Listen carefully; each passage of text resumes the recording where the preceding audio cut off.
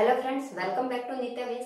तो आज हम इस वीडियो के अंदर करने वाले हैं आपका जो आरपीएससी फर्स्ट ग्रेड के अंदर इंग्लिश जो सब्जेक्ट है उसका कंप्लीट कोर्स हम यहाँ करने वाले हैं, जैसा कि आपने पहले अनाउंसमेंट में सुन ही लिया।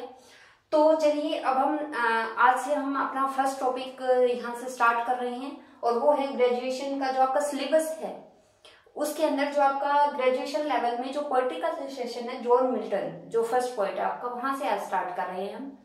तो आप जब अपनी तैयारी स्टार्ट कर रहे हैं फर्स्ट ग्रेड की, चाहे स्टार्ट कर दी है, आपका सिलेबस हमेशा आपकी आंखों के सामने होना चाहिए। हमेशा उसे अपने टेबल पे रखिए, स्टडी टेबल पे, और उसे टिक मार्क करते रहिए, अपने नोट्स प्रिपेयर करते रहिए और बार बार उनको रिवाइज करते रहिए। तो ये जो आपके लिए वीडियोस हम लेके आने वाले हैं, जो सीरीज यहाँ पे कंप्लीट कोर्स आपको फ्री अवेलेबल करवा रहे हैं, तो ये आपके लिए बहुत ही हेल्पफुल रहने वाला है। तो आपने अगर चैनल को सब्सक्राइब नहीं किया तो आप सब्सक्राइब कर लीजिए और लाइक भी प्रेस कर दीजिए। तो चलिए आज स्टार्ट करते हैं हम। हमारा जो फर्स्ट टॉपिक है जॉन मिल्टन, उसको यहाँ से हम स्टार्ट कर रहे हैं। तो जॉन मिल्टन के बारे में हमारी पोएट्री के अंदर जो फर्स्ट जो जॉन मिल्टन की पोएम है वो है ऑन हिज ब्लाइंडनेस। तो आप पूछेंगे मैम पोएम तो ऑन हिज ब्लाइंडनेस है, फिर हम जॉन मिल्टन को क्यों स्टडी कर रहे हैं, जॉन मिल्टन का क्या स्टडी करना। तो बेटा जब आप किसी चीज की, किसी राइटर का, किसी पोएट का कोई वर्क स्टडी करते हैं तो सबसे पहले मैं आपको ये समझा रही हूँ कि ये वीडियो आपके लिए इम्पोर्टेंट क्यों है। ठीक है, why this video so important for you people. आपके लिए जब आप अपनी स्टडी स्टार्ट कर रहे हैं, ऑन हिज ब्लाइंडनेस आप सोनेट 16 पढ़ रहे हैं मिल्टन का, उससे पहले आपको मिल्टन के बारे में जानना होगा। क्योंकि मिल्टन जिस एज से बिलोंग करते थे, लिटरेचर की जिस एज से बिलोंग करते थे, कौन कौन सी एरा से ये बिलोंग किए, कब इनका क्या इनका लाइफ टाइम था, किस तरह की पॉलिटिकल सिचुएशन से ये प्रभावित हुए। क्योंकि कोई भी राइटर जो वर्क लिखता है वो उस समय की परिस्थितियों से बहुत प्रभावित होता है और वह उसके अंदर से वही चीज बाहर निकल के आएगी जो अपने आसपास से वो चीज ग्रहण कर रहा है।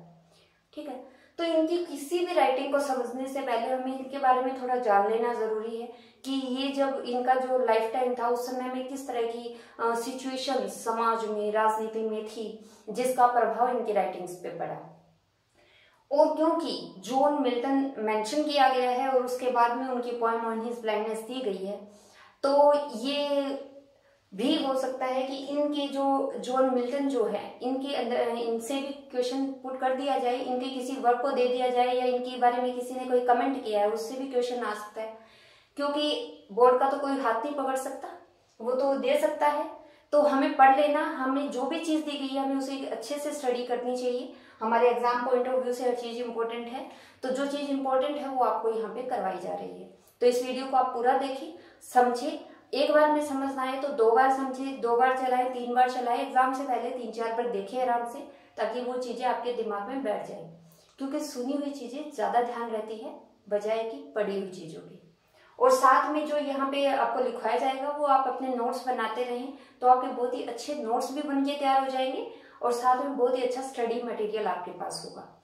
तो आपका बहुत अच्छा मौका है आपके लिए, तो इसका फायदा उठाइए। और चलिए स्टार्ट करते हैं। जॉन मिल्टन का जो टाइम पीरियड है इसको पिरिटन एज भी बोला जाता है, और इनके जो टाइम था इसको एज ऑफ मिल्टन भी बोला जाता है, एज ऑफ मिल्टन। तो सबसे पहले तो हम थोड़ा सा इनकी लाइफ के बारे में जान लेते हैं। 1608 में इनका बर्थ होता है और 1674 में इनकी डेथ होती है। ये इनका लाइफ टाइम था। और इस टाइम में कौन कौन से लिटरेचर में कौन कौन से पीरियड आए उसके बारे में हमें पहले जानना है, फिर हम इनकी लाइफ के बारे में जानेंगे, इनकी कॉलेज लाइफ के बारे में जानेंगे, कुछ जो इम्पोर्टेंट जो कमेंट किए गए इनके ऊपर उनके बारे में जानेंगे, जो कि एग्जाम में हमारे क्वेश्चन बन सकते हैं। इम्पोर्टेंट इनके जो वर्क्स हैं उनके बारे में पढ़ेंगे, इन्होंने क्या क्या वर्क्स इनके इम्पोर्टेंट हैं, तो सब चीजों को जानेंगे। और इस सबसे पहले हम जानते हैं उस समय की परिस्थिति के बारे में, और साथ में पॉलिटिकल सिचुएशंस बहुत इंपॉर्टेंट है।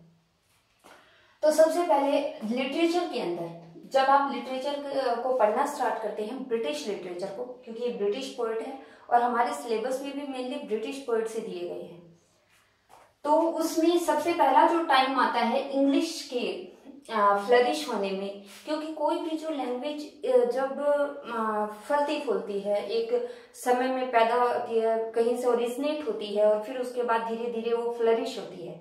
और इंग्लिश एक वर्ड लैंग्वेज है, फ्लरिश हुई है समय के साथ। तो ऐसे कौन कौन से उसमें उतार चढ़ाव भी आए होंगे, परिस्थितियों के अनुसार उसने अपने आप को दूसरों के अनुसार ढाला भी होगा, कुछ दूसरों को अपने अनुसार ढलाया है। तो इन्हीं चीजों को आज हमें पढ़ना है। और सबसे पहले हम जानते हैं कि इंग्लिश लिटरेचर की हिस्ट्री में कौन कौन सी ईरा आती है। जॉन मिल्टन का जो एज है उससे पहले, सबसे पहले जो टाइम पीरियड आता है वो टाइम आता है एंग्लो सेक्सन्स का, एंग्लो सेक्सन पीरियड। ये चीज आपने अभी लिखनी नहीं है, जो अभी लिखवा रही हूँ वो सिर्फ आप समझो, सुनो और समझो ध्यान से। फर्स्ट है एंग्लो सेक्सन पीरियड, जो कि 445 बीसी से 1066 एडी तक था। फिर इसके बाद में जो सेकंड पीरियड आया वो आया Anglo Norman period, Anglo Norman period जब ब्रिटेन के अंदर नॉर्मन्स का कॉन्क्विस्ट होता है वो, और ये पीरियड था 1066 एडी से 1500 एडी तक। फिर इसके बाद में जो पीरियड आता है वो आता है रेनेसा का time period,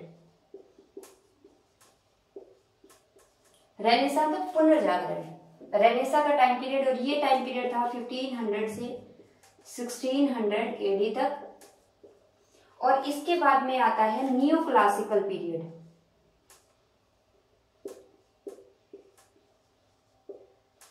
new classical period, ये 1600 से 1718 मान सकते हैं।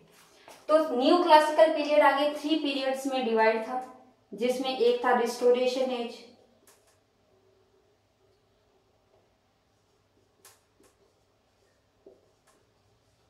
अगस्टन एज,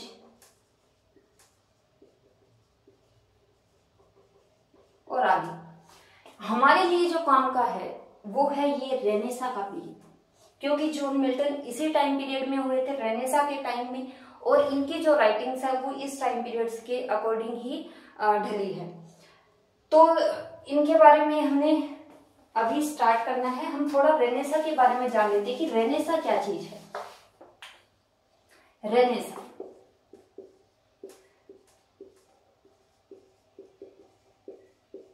रेनेसा का जो मतलब होता है वो था rebirth, transaction from old to modernity, या जो मिडल एजेस टू मॉडर्निटी, ये जो टाइम पीरियड था वो रेनेसा का टाइम पीरियड कहलाया।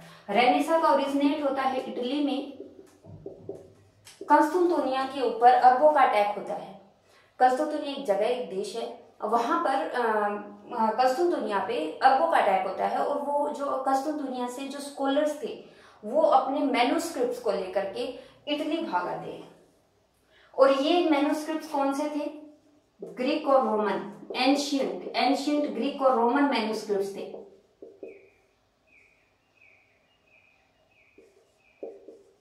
Roman manuscripts.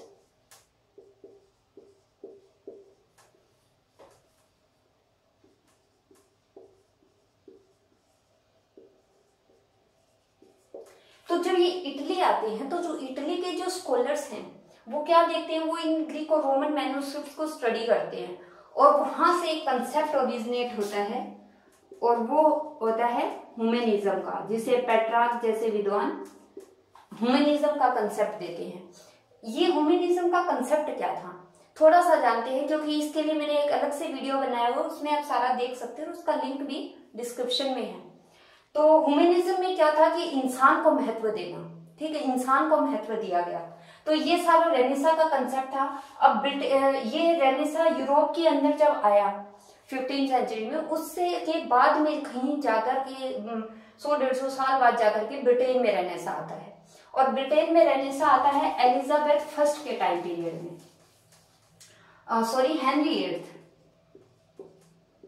हेनरी एट्थ, जो एलिजाबेथ फर्स्ट के फादर थी, हेनरी एट्थ, इनके टाइम में एक जो राइटर होते हैं थॉमस मोर, इनका एक बड़ा ही फेमस वर्क आता है यूटोपिया। और इस वर्ग के आने के साथ ही ब्रिटेन के अंदर रेनेसा का जन्म हो जाता है या रेनेसा एंटर कर जाता है। तो अब इसके बाद में हेनरी VIII के बाद में आती है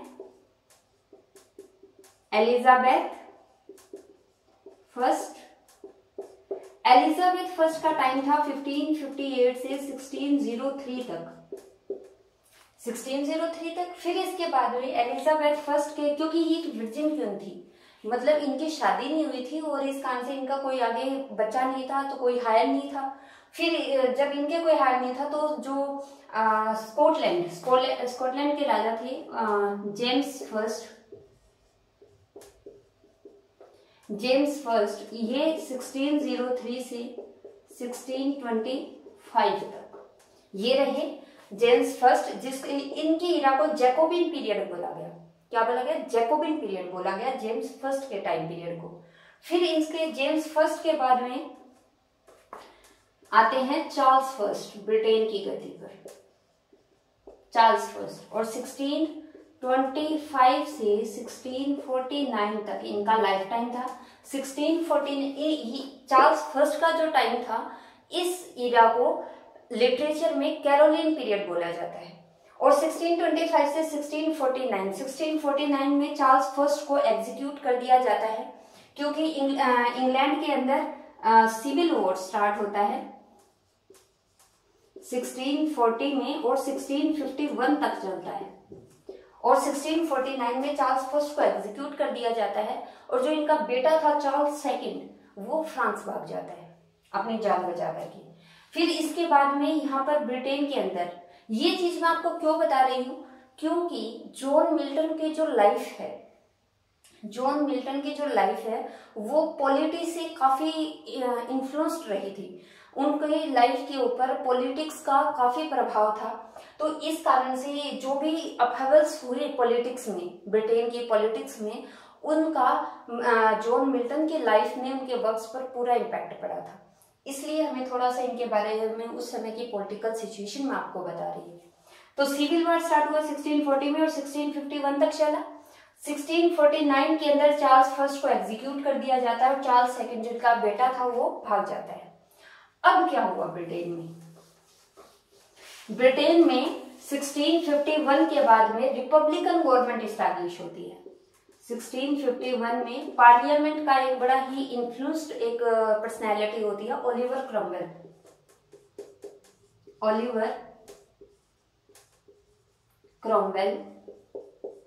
जो ओलिवर क्रॉमवेल है, ये पार्लियामेंट में अपने काफी इन्फ्लुएंस होते हैं। ये रिपब्लिकन गवर्नमेंट इस्टेब्लिश करते हैं।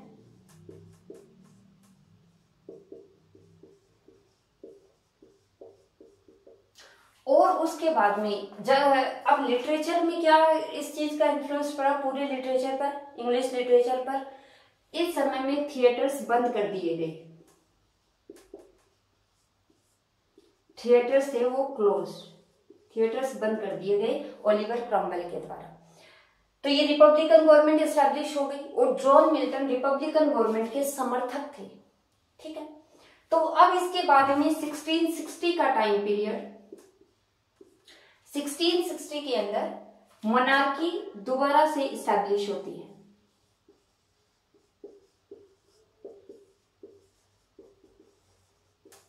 मोनार्की दोबारा से रिस्टोर होती है और इस समय को रिस्टोरेशन एज भी बोला जाता है, जो 1660 से 1687 तक रही थी। रिस्टोरेशन एज इसको बोलते हैं इस टाइम पीरियड को। तो ये मोनार्की फिर से इस्टेब्लिश हो गई। अब समझने वाली बात है, जॉन मिल्टन रिपब्लिकन गवर्नमेंट के समर्थक थे, तो उनके जब ये सिविल वॉर चल रहा था तो उन्होंने किस तरह की राइटिंग्स लिखी होंगी जो कि रिपब्लिक को या रिपब्लिकन गवर्नमेंट को सपोर्ट करे। तो जब 1660 में मोनार्की रिस्टोर हो गई तो जॉन मिल्टन के लिए तो मुसीबत हो गई। अब क्या था, अब वो अपना छुपते छुपाते वही कहीं उनको बंदी ना बना लिया जाए, इसलिए वो अपने कहीं पर भी छुप करके रहने लगे थे। ठीक है, क्योंकि उनको एक क्रिमिनल की तरफ जज किया जा रहा था, ना तो पॉलिटिक्स में अब इनकी कोई वो जगह रही थी, क्योंकि गवर्नमेंट ही रिप्लेस हो गई थी।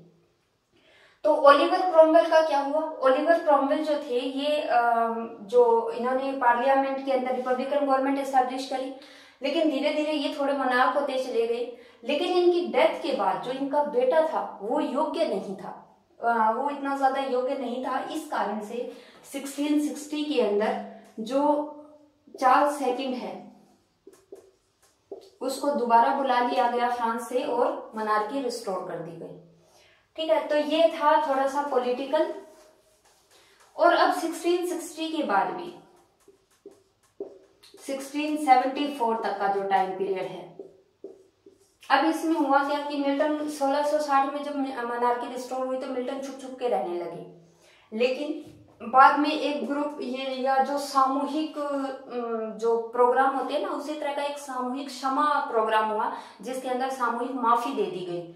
ठीक है, जो विद्रोही थे या इस तरह के जो पोइट्स वगैरह जो अपने वर्क्स के कारण फंसे हुए थे, तो ऐसे पोइट्स को सामूहिक एक पार्डन सेरेमनी हुआ और उसमें इनको माफी मिल गई। और फिर इसके बाद में जो इनका लाइफ टाइम का जो इनका पीरियड था वो इन्होंने शांति से गुजारा। और इसी शांति काल में इन्होंने अपना एक सबसे इम्पोर्टेंट वर्क, जो इनका सबसे फेमस जो इनकी पोएम है, पैराडाइज लॉस्ट, 1667 में इन्होंने लिखी थी।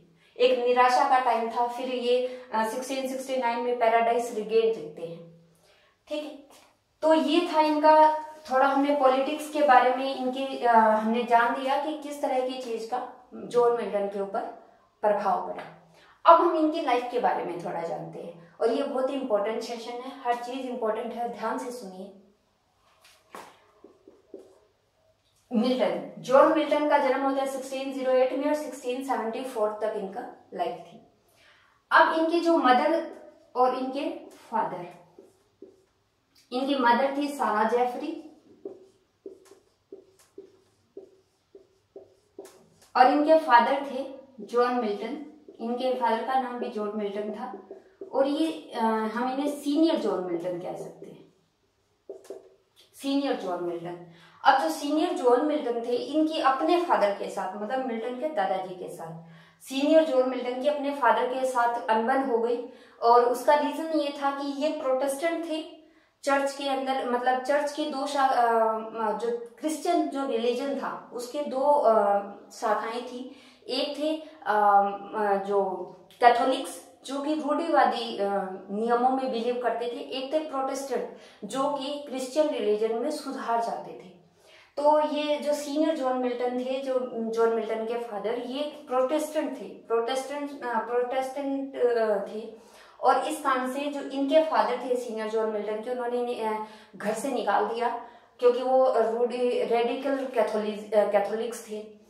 तो अब जॉन मिल्टन, जो सीनियर जॉन मिल्टन थे, वो नए शहर में आते हैं और वहां पर ये म्यूजिक कंपोजर का काम स्टार्ट कर देते हैं। म्यूजिक कंपोजर के तौर पर काम करना स्टार्ट करते हैं और ये इनकी अच्छे अपने काम में तरक्की होती है और फाइनेंशियली ये सीनियर जॉन मिल्टन अपने आप को अच्छे से एस्टैब्लिश कर देते हैं। तो ये अब इनके थोड़े कॉलेज के बारे में, इन्होंने कैम्ब्रिज यूनिवर्सिटी से इन्होंने अपनी एजुकेशन पूरी करी और क्रिस्ट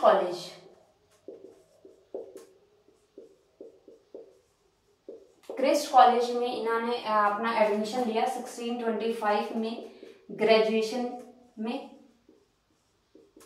और 1632 में पोस्ट ग्रेजुएशन के बाद ये इन्होंने अपनी पोस्ट ग्रेजुएशन पूरी कर ली।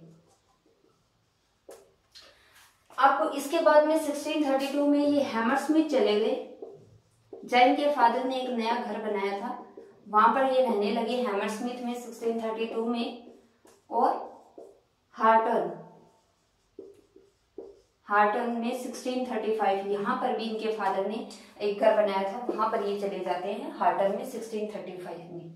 अब ये दो जगहों के नाम मैं आपको क्यों बता रही हूँ, क्योंकि यही वो समय था अपनी पोस्ट ग्रेजुएशन पूरी करने के बाद जब मिल्टन ने स्टडीज की थी, मतलब कि उन्होंने घर बैठकर शांति से अध्ययन किया था चीजों का। ठीक है, क्योंकि ये अपना पॉलिटिक कैरियर बनाना चाहते थे और इसीलिए इन्होंने नॉलेज गेन करना स्टार्ट किया। और इसी दौरान इन्होंने फ्रेंच, स्पेनिश, डच, इस तरह की हिब्रू, इंग्लिश, जर्मन, बहुत सारी लैंग्वेजेस इन्होंने सीखी इस टाइम में। तो इसके बाद में जो कैम्ब्रिज के अंदर जब ये इनका जो टाइम था, स्टडी टाइम, इस समय में इनके कोई ज्यादा दोस्त नहीं थे। एक बात आपको यहाँ बताते चले कि जो जॉन मिल्टन जो थे, उनकी पर्सनैलिटी, उनका व्यक्तित्व कैसा था। जॉन मिल्टन का जो व्यक्तित्व था वो इस तरह का था कि एक पढ़ाकू टाइप के व्यक्ति थे वो। उनको शांत रहना, पढ़ना और स्टडीज करते रहना उनको अच्छा लगता था। और इनके बाल लंबे थे, फेयर कॉम्प्लेक्स था। तो ये एक तरह से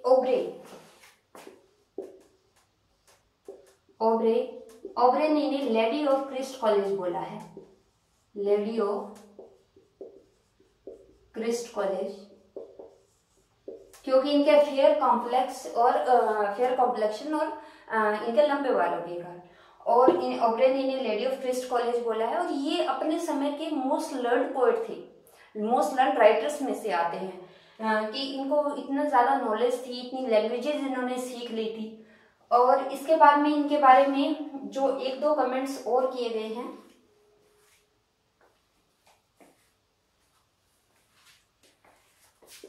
विलियम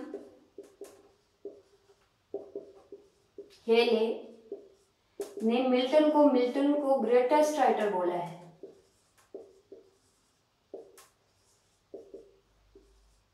इन्होंने मिल्टन को उस समय का ग्रेटेस्ट राइटर बोला है। किसने? विलियम हेले ने। और एक जो फैक्ट मैं आपको बता रही हूँ सबसे ज्यादा इंपॉर्टेंट है। जॉन न्यूटन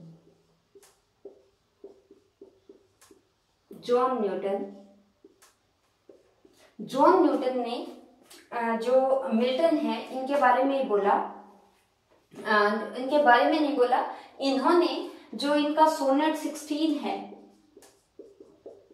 इसको नाम दिया ऑन हिज ब्लाइंडनेस। तो ये जो जॉन न्यूटन है, जब जॉन मिल्टन जब ब्लाइंड हो जाते हैं उस समय में, जॉन मिल्टन ब्लाइंड कब होते हैं?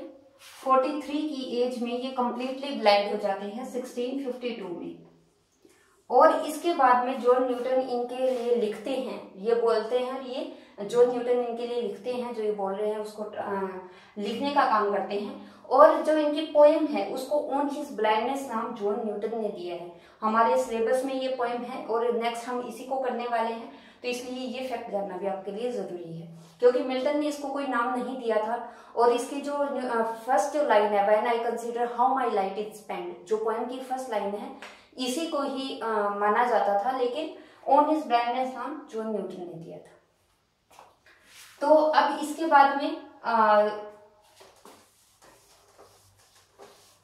जॉन मिल्टन के कैम्ब्रिज के अंदर जब इनका स्टडी टाइम था उस समय में इनके कोई ज्यादा दोस्त नहीं बने, सिर्फ इनके दो दोस्त हमें मेंशन करने जरूरी है। एक थे विलियम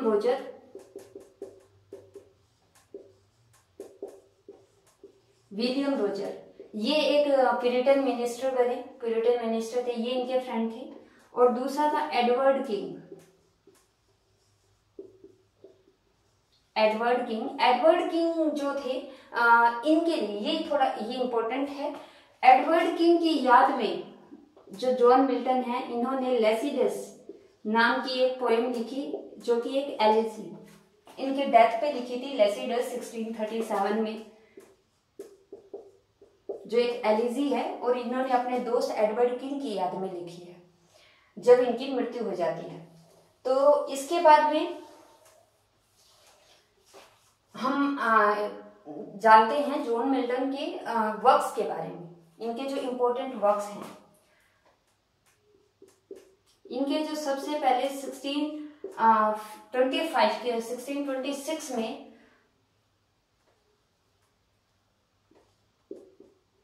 एलिजिया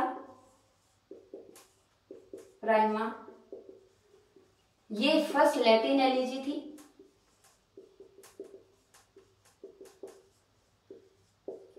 इसके बाद में इन्होंने सबसे पहले रिलीजियस पोएम लिखी थी। और जो इनके फादर जो एक म्यूजिक कंपोजर थे, उनकी म्यूजिक कंपोजर होने के कारण जो इनके जो म्यूजिक से, कंपोजिशन से जो इनकी एक तरह से पहचान हो गई थी, फैमिलियर हो गई थी, उस चीज का बहुत हेल्पफुल रही है इनके कैरियर में। ठीक है। तो सबसे पहले इन्होंने दो रिलीजियस पोएम्स से अपना करियर स्टार्ट किया 1625 में, और 1626 में एलिजा प्रीमा नाम की इन्होंने फर्स्ट लैटिन एलिजी लिखी थी। फिर इसके बाद में इन्होंने लेसिडियस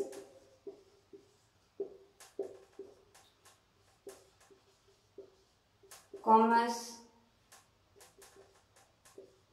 फर्स्ट एंड सेकंड डिफेंस,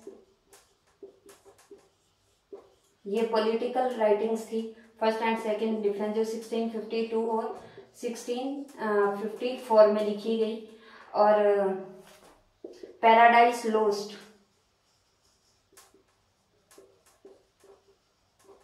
जो इन्होंने लिखी 1667 में इन्होंने लिखी थी। और भी कुछ वर्क्स हैं जो आपको नोट्स में, टेलीग्राम में आपको इसके नोट्स मिल जाएंगे, तो वहां पे आपको दे दिया गया है। वहां से आप पूरी, उसमें कुछ इनके वर्क्स हैं जो इम्पोर्टेंट है, उनको जान लेना, पढ़ लेना जरूरी है एक बार, ताकि बाई चांस अगर क्वेश्चन आ जाए तो हमें पता हो गई हाँ ये जॉन मिल्टन की वर्क्स हैं। तो ये इनके कुछ वर्क्स थे जो इन्होंने लिखे। और इसमें जो पैराडाइज लोस्ट इन्होंने लिखा 1667 में। अब ये ऐसा समय था जब जो जॉन मिल्टन है इनको पॉलिटिकली ये बिल्कुल न्यूट्रल थे, और क्योंकि ये बस इन्हें क्षमा मिली थी और ये अपना शांति से अपना जीवन बिता रहे थे, तो इस कारण से इनको एक तरह से देखें तो सिचुएशन इनके खिलाफ थी। लेकिन कहते हैं कि इंसान की पहचान उसके कर्मों से होती है, उसके काम से होती है। तो इस समय में भी जो इनका सेकंड रेनेसा का जो टाइम था, सेकंड रेनेसा बोला जाता है, सेकंड रेनेसा बोला जाता है इनके रिस्टोरेशन के बाद के टाइम को। और उसका कारण ये था कि इन्होंने के जो मोस्ट इम्पोर्टेंट जो फेमस वर्क्स आए वो इस टाइम में आए। पैराडाइज लोस्ट उसका एक एग्जाम्पल है। और ये इस काम ने उस समय जॉन मिल्टन को अपनी पहचान दी। उस समय इनका ऐसा कोई पॉलिटिकल पावर या ऐसा कुछ इनकी कंडीशंस फेवर में नहीं थी, लेकिन इनके काम ने इनको पहचान दिलाई थी। तो ये जॉन मिल्टन के बारे में है जो हम लगभग सब कुछ पढ़ चुके हैं, और आपको इसके नोट्स टेलीग्राम चैनल पे दिए गए हैं। आप नीचे से लिंक से टेलीग्राम चैनल पर जाकर के वहां से आप इसके नोट्स ले सकते हैं। वहां पे सारे वर्क्स वगैरह के नोट्स भी अवेलेबल हैं, वर्क्स वगैरह सब उसमें दिया गया। एक दो फैक्ट अगर छूट भी जाते हैं तो वो वहां पे आपको रिटर्न में मिल जाता है। तो आज के लेक्चर में इतना ही, मिलेंगे अगले लेक्चर में। और इनकी पोएम जो है ऑन हिज ब्लाइंडनेस उसके साथ